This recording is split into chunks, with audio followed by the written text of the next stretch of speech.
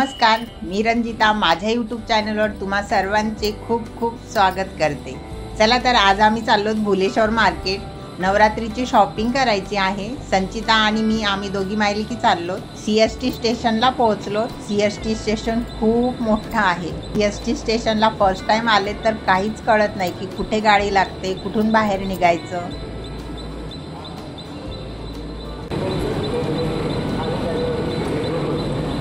CST station खूप royal असं दिसते, बघू शकता तुम्ही व्हिडिओ मध्ये।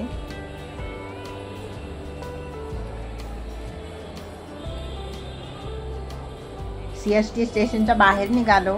टॅक्सी मध्ये बसून आम्ही निघालो भुलेश्वर मार्केट कडे।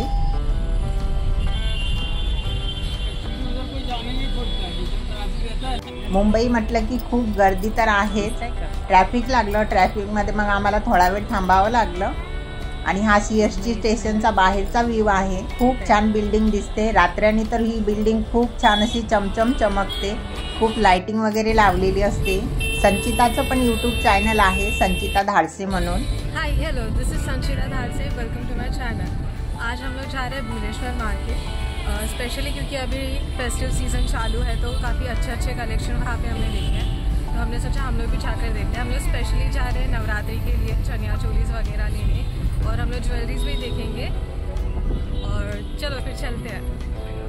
संचिताच्या चॅनलवर makeup, hairstyle, skin care, lifestyle असे व्हिडिओज टाकत असते। संचिताच्या चॅनललाही सबस्क्राईब करा आणि माझ्या चॅनलवर जर नवीन असाल तर चॅनलला सबस्क्राईब नक्की करा। अगदी 15 ते 20 मिनिटात आम्ही भुलेश्वर मार्केटला पोहोचलो असेल। पूर्ण भुलेश्वर मार्केट नवरात्रीच्या कपड्यांनी, दागिन्यांनी, ज्वेलरीनी पूर्ण भरलेलं होतं। संचिताने 2 ते 3 घागरे घेतले आणि काही ज्वेलरी घेतली। आम्ही मार्केटमध्ये पोहोचलो तेव्हा देवीची मिरवणूक निघणार होती, तर सगळे दुकानदार आपलं दुकान बंद करत होते।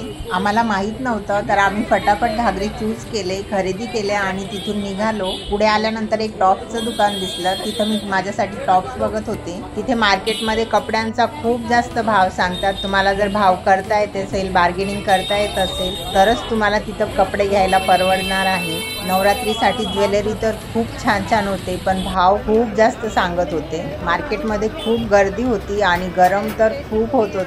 मग आम्ही थंड मस्त लस्सी खाल्ली। लस्सी खूप छान होती, खूप टेस्टी होती। खूप सुंदर असे कमरपट्टे होते, बघू शकता कवड्या लावलेले होते।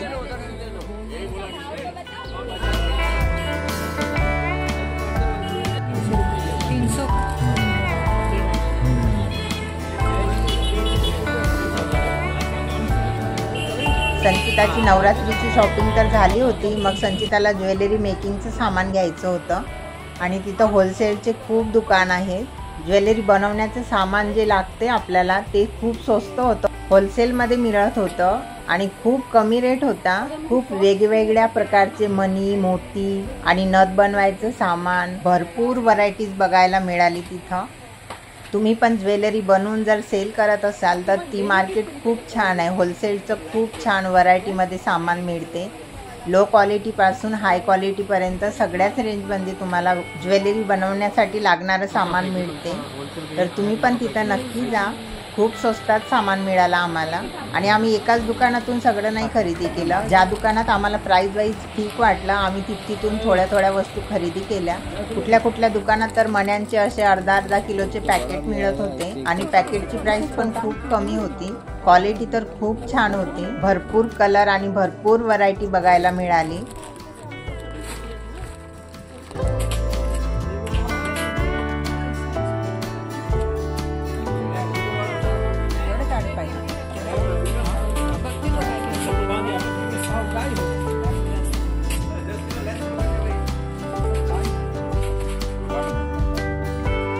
हा पूर्ण मण्यांचा गुच्छा फक्त 200 रुपयाला होता आणि असे भरपूर व्हरायटीज होती तिथं आणि क्वालिटी पण ठीकच होती। खूप छान दिसत होते, खूप छान शाईन करत होते। इथे आम्ही मग दुसऱ्या दुकानात आलो। या दुकानात खूप छान सामान होतं।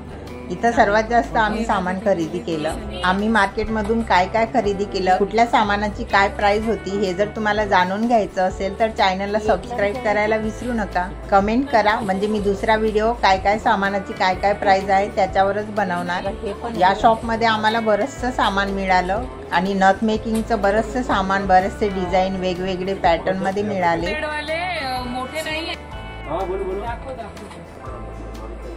इथे संचिता जे जे तिला आवडत आहे, जे जे तिला घ्यायचं आहे सामान, ते वेगळं काढून ठेवत आहे.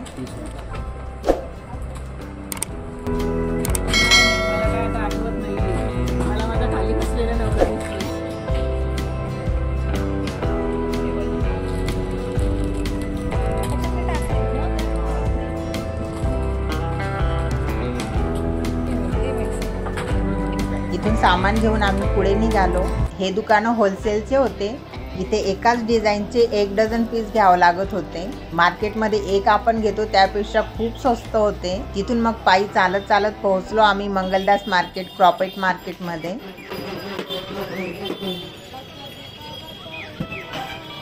तिथे मार्केटमध्ये छान छान चिनी मातीची भांडी होती. खूप सुंदर सुंदर डिझाईन्स होते. मला तर खूप आवडले.